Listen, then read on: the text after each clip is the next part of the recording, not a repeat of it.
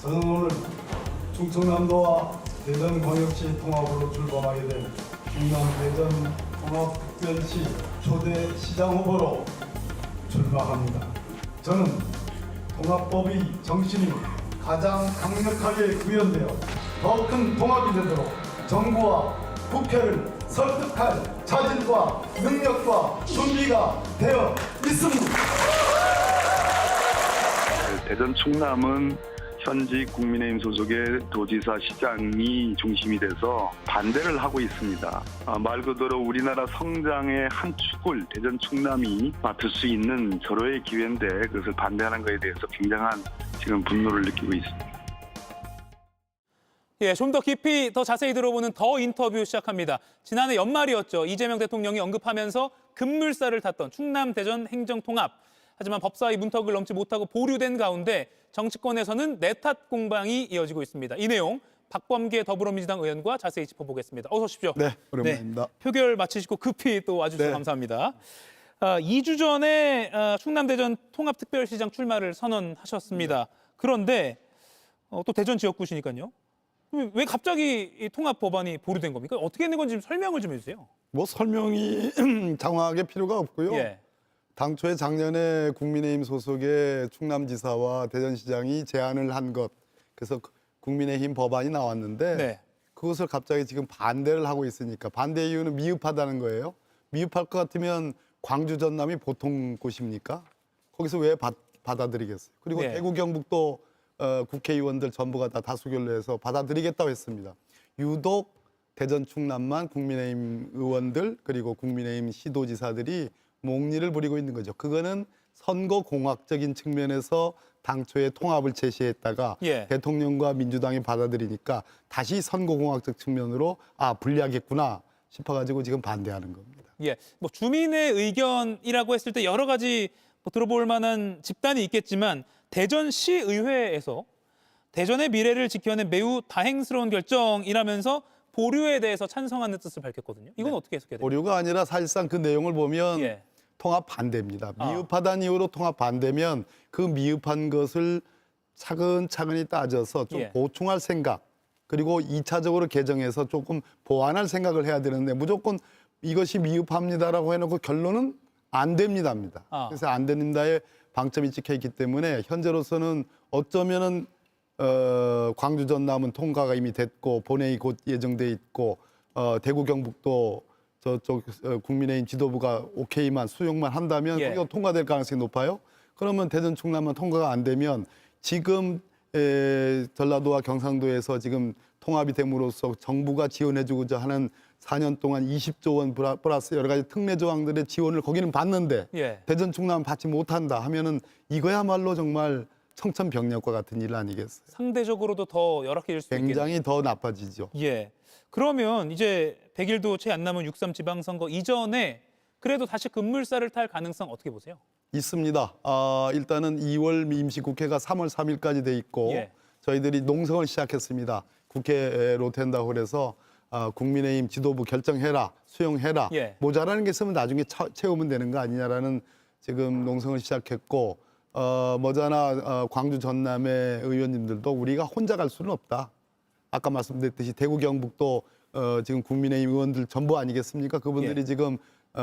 지금 통과하는데 힘을 실어줬기 때문에 대전 충남만 놓고 갈 수는 없다라는 그런 분위기가 만들어지고 있고 예. 장동혁 국민의힘 지도부가 결정하면 됩니다. 장동혁 대표 자신이 충남 사람 아닙니까? 예. 충남에 지역구를 두고 있잖아요. 그러니까 거기서 결정만 하면 되고 3월 임시국회를 또 열어서라도 마지막 희망을 잃지 않고 저는 대전 충남의 통합을 이뤄내야 된다라는 그런 의지를 밝힙니다.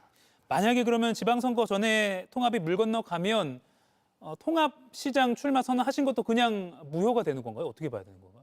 일단은 통합이 안 된 상태에서 제가 예. 통합이 되는 경우를 전제로 해서 그렇죠. 당에 공천 신청을 했고 예. 예비 면접을 받았습니다. 예비 면접을 받았을 때도 역시 통합 시장으로서의 면접이 아니라 대전 아니면 충남지사로서의 그 후보 예비 후보로서의 그런 면접을 받은 거기 때문에 예. 통합이 안 된다는 것은 가정할 수 없겠지만 안 되더라도 현재로서는 유효한 그런 상태에 있습니다. 예. 그러면 또 하나의 가정을 해보면 이제 급물살을 타서 통합이 됐다라고 라고 했을 때 강훈식 대통령 비서실장 차출론이 항상 따라 붙잖아요. 네네네. 그럼 이제 어떻게 보면 경쟁 관계가 될 수 있는 구도이기 때문에 어떻게 보세요? 차출론. 그분은 그분대로의 목과 그분의 역할이 있다고 생각합니다. 예. 충분히 대전 충남 통합시든 어느 역할을 또 대통령 비서실장이든 충분히 잘 해내고 계시고 예. 잘 해낼 것으로 예측이 되지만 그분 말씀처럼 역시 대통령을 보좌하는 일도 굉장히 중요한 거 아닌가라는 그런 측면을 저는 주목하고 있습니다. 예. 알겠습니다. 그리고 법 전문가로서 이제 질문을 좀 드려보겠습니다. 네네네. 법 왜곡죄가 조금 전에 통과가 됐습니다. 그거 버튼 누르고 그렇죠. 헐레벌떡 달려왔습니다. 네. 수정이 됐는데 그러면 위헌 소지가 많이 줄었다고 보세요? 어떻게 평가하십니까? 수정 전에도 저는 수정안보다는 법사위 원안을 사실 지지하는 편이었습니다. 아, 예. 그래서 형사 사건에 한하지 않고 민사 사건, 행정 사건에도 법 왜곡죄가 적용돼야 된다는 입장이 있습니다. 왜냐하면 형사 수사와 형사 재판에서의 그 법 왜곡 현상이 민사 손해배상 청구 또 행정 예를 들어서 윤석열 직무 정지 사건처럼 그런 행정 사건에 바로 투영이 돼서 영향을 미칩니다. 그래서 그것이 뭐 형사 사건만 단절적으로 법 왜곡 현상이 벌어지고 민사와 행정에는 없다라고 단정질 수 없기 때문에 예. 법사위 원안을 저는 지지했지만 그러나 당론으로서 아무래도 정부 입장에서는 법원에서 법원장들 뭐 대법원장은 물론이지만 그렇게 반대 뭐 위헌이라고 이렇게 협박에 가까운 엄포를 놓고 예. 또 집단 행동 비슷한 뭐 그렇게 모여서 이렇게 결의도 하고 그러니까 정부로서 이재명 정부로서는 그래도 단초 하나라도 제대로 끼우는 것이 중요하다. 첫 발자국이 중요하다는 그런 측면에서 당론을 만들었고 수정안. 예. 그래서 그 수정안을 저는 뭐 어찌됐든 찬성 버튼을 누르고 왔습니다. 예. 방금 전에 통과가 됐지요. 조금 전에 네 분과 토론할 때 김용남 전 의원은 그러게 깜짝 놀랐습니다. 만약에 저 자리에 있었으면 반대표를 눌렀을 거다라고 했거든요. 왜 그 이유가 만약에 처음 걸리는 케이스가 바로 위헌 심판 받을 것 같다 이렇게 예상을 하셨어요. 지금 이제 법 왜곡죄만 얘기할 수 없는 거고 함께 재판소원도 있는 거고 예. 대법관 증언법도 있고 그런 건데 헌법재판소에서 재판소원은 절대적으로 찬성하는 거고요. 그건 위헌 여지가 없다는 것이고 법 왜곡죄도 결국은 법 왜곡을 저지른 거기에는 두 가지 요건이 있습니다. 하나는 목적범이라고 그래가지고 누군가를 그 사람을 해치게 할 목적으로 즉 인권을 침해할 목적으로 예. 두 번째는 의도적으로 법을 왜곡하는 경우에 이중의 요건이 있어요. 이렇게 엄격하게 적용되는 사안이고 두 번째는 법 왜곡죄를 저질렀을 법한 경찰 수사관, 검사, 재판을 하는 판사 이 세 사람을 수사 재판하는 사람들이 판사고 검사고 수사관, 경찰 수사관들입니다. 예. 즉 그 사람들이 그 사람의 수사 재판을 한다는 얘기죠. 예. 그러니까 무슨 얘기냐면 가장 짜게, 가장 엄격하게 법 왜곡죄 적용 여부를 다루기 때문에 예. 지금 걱정하는 것처럼 남용의 여지가 없다. 아. 이중의 안전장치가 돼 있는 것은 물론이고 남용의 여지가 없다. 그런 측면에서 저는 이것이 뭐 위헌의 어떤 그런 가능성 또는 위헌의 어떤 그 여지는 없다고 생각하는 사람입니다. 예. 그런데 법 해석에 대해서는 그런데요. 어제 네. 절차적으로도 봤을 때 상정 전에 의원총회에서 막판에 수정이 되다 보니까 네. 추미애 법사위원장이나 김용민 의원 같은 경우는 언론에 대고 공개적으로 반발했어요. 이 상황은 좀 어떻게 보세요? 법사위를 무시하는 거 아니야? 뭐 이런 의견이거든요. 뭐 원칙파죠. 법사위의 결론은 법사위는 일종의 상원과 같은 게이트키퍼 역할을 하는데 예. 법사위 결론을 사실 당론을 거쳐가지고 본회의에서 수정을 하는 거는 바람직하지 않습니다. 그것이 원칙이고요. 또 추미애 법사위원장이나 김용민 간사 입장은 원칙적인 입장입니다. 법리적으로는 제가 말씀드렸듯이 저는 원안을 지지합니다. 예. 다만 원안 중에 소위 논리와 경험칙의 현재의 반한 사실조차도 법 왜곡으로 보는 것은 그 논리와 경험칙이라는 게 너무 추상적이기 때문에 예. 그건 역시 법원이 만드는 것이기 때문에 그거는 좀 반대했습니다. 나머지는 다 원안이 좋습니다. 그러나 어찌됐든 우리 민주당의 국회의원들 의원총회에서 당론 또 정부와의 협의를 거쳐서 예. 당론으로 정한 것이기 때문에 그분들의 원칙론적인 입장은 매우 존중할 만하지만 당론은 통과되는 것이 맞다 이렇게 생각합니다. 그럼 이게 뭐 당내 갈등이나 이런 차원으로 볼 건 아니라는 말씀이시죠? 전혀 지금 방금 전에 의총 이 예. 법안 통과되기 전에 의총에서도 뭐 추미애 위원장께서 원칙을 고수하는 그런 수정안을 또 내긴 했습니다만 예. 최종적으로는 법안을 내지 않고 수용을 하는 그런 입장이었습니다. 그렇군요. 알겠습니다. 조금 전에 통과가 됐다라는 소식 다시 한번 속보로 전해드립니다. 자, 그리고 공취모라는 낯선 용어가 네네네. 뉴스에 매일 등장하고 있습니다. 네. 이재명 대통령 사건 공소 취소와 국정조사 추진을 위한 의원 모임인데 네. 박 의원님도 여기 소속되어 네, 계시고요. 공취모 사흘 전에 인터뷰하신 내용 보니까 공소 취소의 정당성을 밝히기 위한 모임일 뿐이지 권력 투쟁과는 무관하다 이렇게 밝히셨습니다. 그런데 당에서 특위로 아예 발전을 시켰잖아요. 네. 그런데도 이 공취모는 계속하기로 했거든요. 그거 어떻게 해석해야 됩니까? 공취모가 발족한 지가 사나흘 전이에요. 예. 그 사나흘 전 것을 정청래 대표께서 수용을 해가지고 당의 기구로 정식으로 발족을 하겠다. 예. 그리고 한병도 원내대표를 특위위원장으로 하겠다. 했지만 특위위원들이 아직 구성돼 있지 않고 예. 궁극적인 목적인 이재명 대통령의 수사 기소는 그 남용입니다. 그리고 법 왜곡입니다. 말 그대로. 그리고 진술 조작의 흔적들이 있습니다. 그런 상태에서 아직 공소 취소가 되지는 않았잖아요. 더더군다나 공소 취소의 전제 조건인 진상 규명을 위한 국정조사가 아직 수용되지도 않았습니다. 예. 그렇기 때문에 이 공취모는 원래의 목적, 즉 공소 취소 또는 그리고 국정조사라는 이 목적을 달성할 때까지는 최소한의 범위 내로 활동한다. 그것이 일종의 뒤에서 백업이라는 것이죠. 일종의 예. 보완하고 보충하는 그리고 불쏘시개 역할을 한다라는 그런 측면에서 최소한의 범위 내에서 권력투쟁이라는 그러한 오해를 불식시키는 그런 차원에서 최소 범위 내에 활동을 한다라고 그렇게 입장을 정리를 했습니다. 예, 최소 범위 내에 활동을 한다.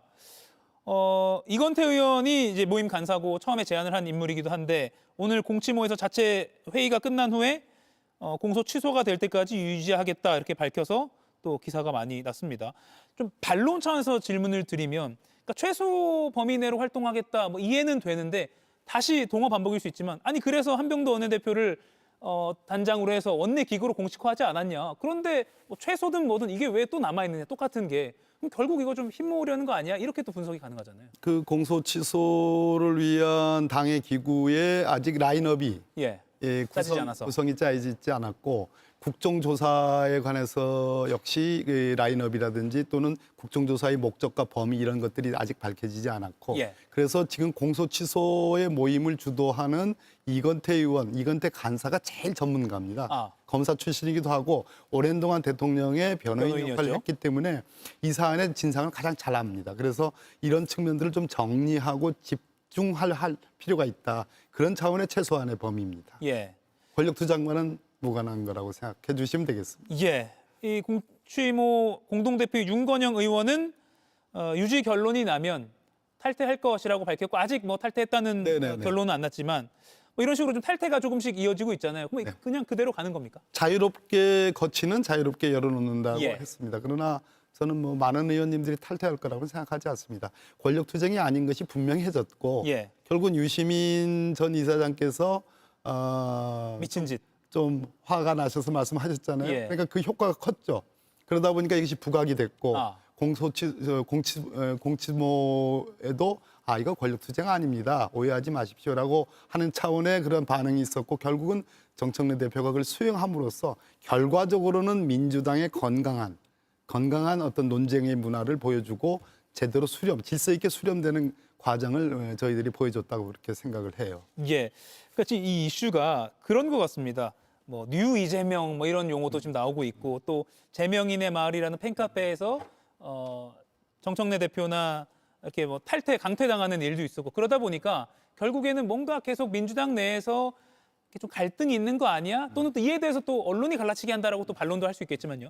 그런 시각에서 이 공치모를 좀 바라보는 시각도 있는 것 같거든요. 갈등이 어떤 일정 부분 노정 이렇게 드러날 수는 있고 그 갈등이 심화될 수 있는 것이지만 예. 심화되는 국면은 아니고 갈등이 뭐 다소 있다고 할 수도 있겠지만 최종적으로는 정리가 됐다. 예. 왜냐하면 갈등이 심화됐으면 대통령의 지지율이 70% 가까이 올 수가 없는 거지요. 그리고 주식시장이 코스피가 6,300을 찍을 수도 없는 거죠. 왜냐하면 집권 세력의 분열과 갈등이라는 건 국정의 가장 불안 요소가 되는 거거든요. 이 정도는 건강한 논쟁이었다.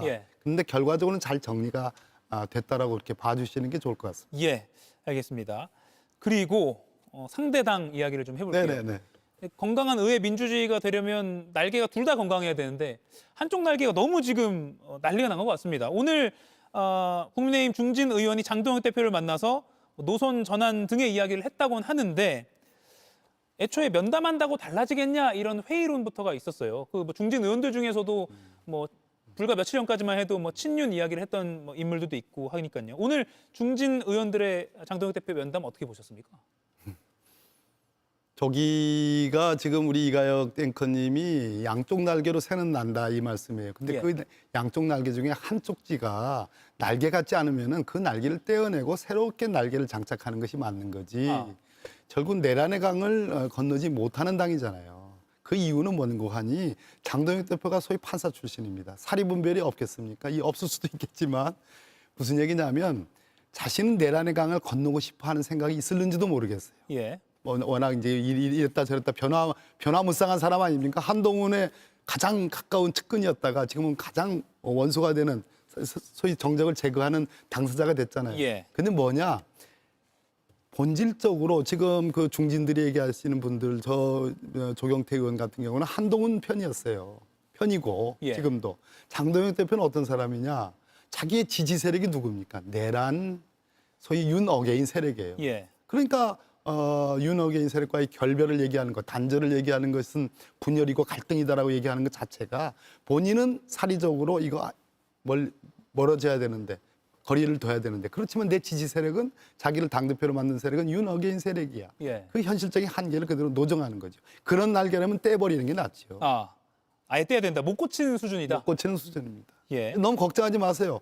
야당이 건강하지 않고 야당이 그 건강하지 않은 것이 결국 내란으로 이어진 겁니다. 예. 이가희 앵커님 그 걱정하지 마시고 예. 또 야당은 야당대로 새로운 엔진을 또 만들 겁니다. 예. 제 걱정까지 걱정해 주셔서 감사합니다. 그런데 장동혁 대표가 무죄 추정의 원칙을 언급하면서 윤 전 대통령 1심 무기징역 선고에 대해서 옹호하는 듯한 발언, 그것 때문에 또 논란을 당내에서도 키우고 있습니다. 같은 법조인 출신으로서 무죄 추정의 원칙 뭐 이런 언급 어떻게 평가하십니까? 유죄했잖아요. 무죄 추정의 원칙. 그러니까 무죄 추정의 원칙하니까 결국 내란 아니다. 계엄은 비상계엄은 내란 아니다라는 얘기잖아요. 그것이야말로 내란을 동조하는 거잖아요.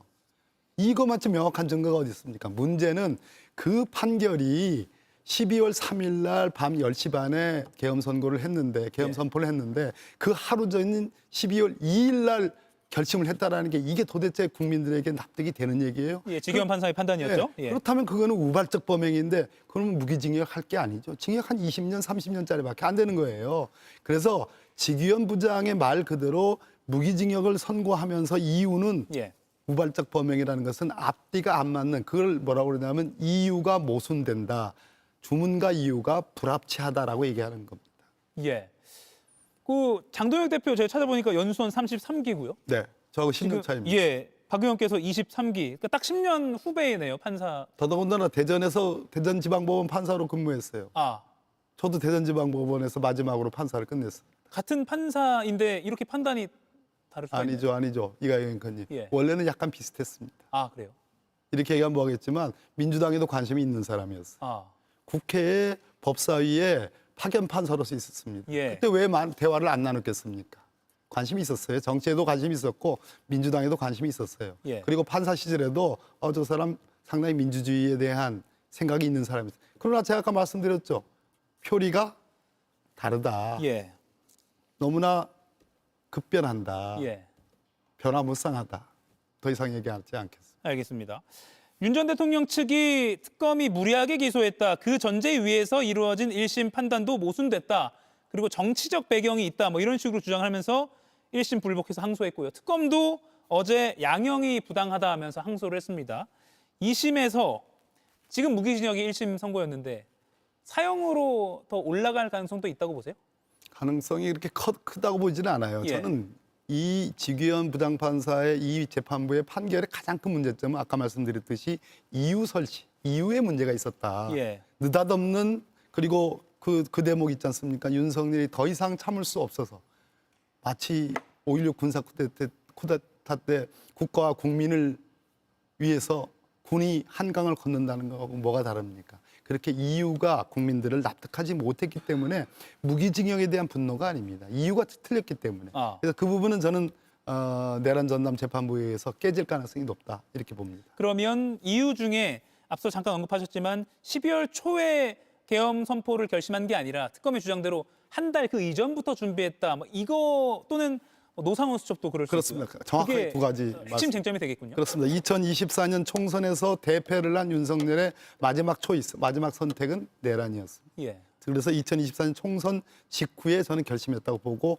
그 흔적들이 많이 있습니다. 사령관들의 진술들이 다 그런 얘기예요. 그래서 그런 측면과 노상원에게 징역 18년을 선고했습니다. 중형입니다. 중형 중에 중형입니다. 근데 만약에 그 노상원의 그 얼토당토하는 아는 수첩이다. 그래서 증거 능력이 없다. 그러면 18년을 받을 이유가 없어요, 이 사람은. 그렇지 않습니까? 예. 그 롯데리아 버거에서 버거 보살 뭐 해가지고 예. 몇몇 정보사 군인들 불러 모아가지고 니들 저 선관위에 들어가라고 한 거밖에 없는 겁니다. 예. 그 사람한테 18년이 뭡니까? 5년짜리죠. 항소심에서 쟁점은 세 가지입니다. 예. 그 부분 잘 지켜봐야겠네요. 네. 이제 시간이 많지는 않은데 28일에 책을 하나 내신다고요? 네. 제목이 박범계의 더 큰 통합, 압도적 성장. 왜 안 가지고 나오셨습니까? 이렇게 보여줄 거예요. 아, 예, 알겠습니다. 어떤 책인지 설명 좀 해주세요. 말 그렇습니다. 대전 충남은 서울 근교에서 가장 가까운 곳이잖아요. 광주 전남의 통합도 국가 균형 발전에서 의미가 있습니다. 그러나 서울의 집값이라고 말하는 수도권 과밀 현상은 결국 인구가 수도권에 몰려 있기 때문에 아니겠습니까? 그러면 지방의 기회가 있는데 그중에서 서울의 인구, 서울에서 사는 분들, 수도권에 사는 분들이 그래도 이사할 수 있는 곳은 대전 충남입니다. 예. 광주 전남이 아니고요. 광주 전남은 독자적인 어떤 성장 전략을 쓰면 되는 거고요. 소위 말해서 수도권 공화국으로 대표되는 그 과밀 현상을 해소할 수 있는 가장 가까운 곳의 새로운 성장축, 그것이 대전 충남입니다. 그것이 더 큰 통합이고 더 큰 압도적 성장의 내용입니다. 예, 오늘 천안 아산에서 뭐 청년들하고 창업 좌담회를 만남 가셨다고요? 예, 그렇습니다. 또 민심이 어떤가요? 지금 굉장한 기대를 갖고 있습니다. 예. 뭐 데이터 여론조사상으로는 다소 높은 걸로 돼 있지만 실제로 청년들에게는 새로운 기회가 오는 거거든요. 통합에 대한 예, 서울로 가지 않아도 성공할 수 있는 기회가 대전 충남에 생기거든요. 대전의 연구개발 R&D 기술과 충남의 제조산업 인프라가 합쳐지면 예. 이 충청 권역에서 우리가 독자적인 성장 능력을 갖추는 겁니다. 그럼 예. 일자리가 만들어지고 청년들이 굳이 서울 가지 않아도 되는 거거든요. 그것에 대한 기대감을 오늘 그대로 박수쳐 여러 번 받았습니다. 지금 장면 보여드리고 있습니다. 네, 그렇습니다. 예. 끝으로 짧게 이것만 질문드릴게요. 그러면 충남 대전이 통합이 되면 결국 수도권과 맞닿아서 그냥 커진 수도권이 되는 거 아니야? 그래서 집중은 그대로 수도권으로 되는 거 아니야? 이런 반론도 있거든요. 이거 어떻게 또 반론하시겠습니까? 그래도 그러니까 그 광주 전남이나 대구 경부 부울경 같은 데서는 충청도 수도권이다 이렇게 얘기합니다. 그러나 예. 그 수도권이 현재의 서울, 경기, 인천보다 그 이남으로 내려와 가지고 충청까지 수도권화 된다면 아까 예. 제가 말씀드렸죠. 수도권에 머무르고 있는 인구들이 새로운 성장 동력을 찾아서 성장축을 찾아서 충청남도 대전까지 온다면 그것은 인구 분산이 되는 거잖아요. 다시 그 힘으로 다시 더 밑에 이남 지역으로 또 내려가면 되는 겁니다. 예. 그럼 전체적으로 국가 균형 발전이 만들어지는 거죠. 예. 이 통합 어떻게 될지 6.3 지방선거 이전에 급물살을 탈지 다시 한번 좀 지켜보겠습니다. 지금까지 박범계 더불어민주당 의원과 이야기 나눠봤습니다. 고맙습니다.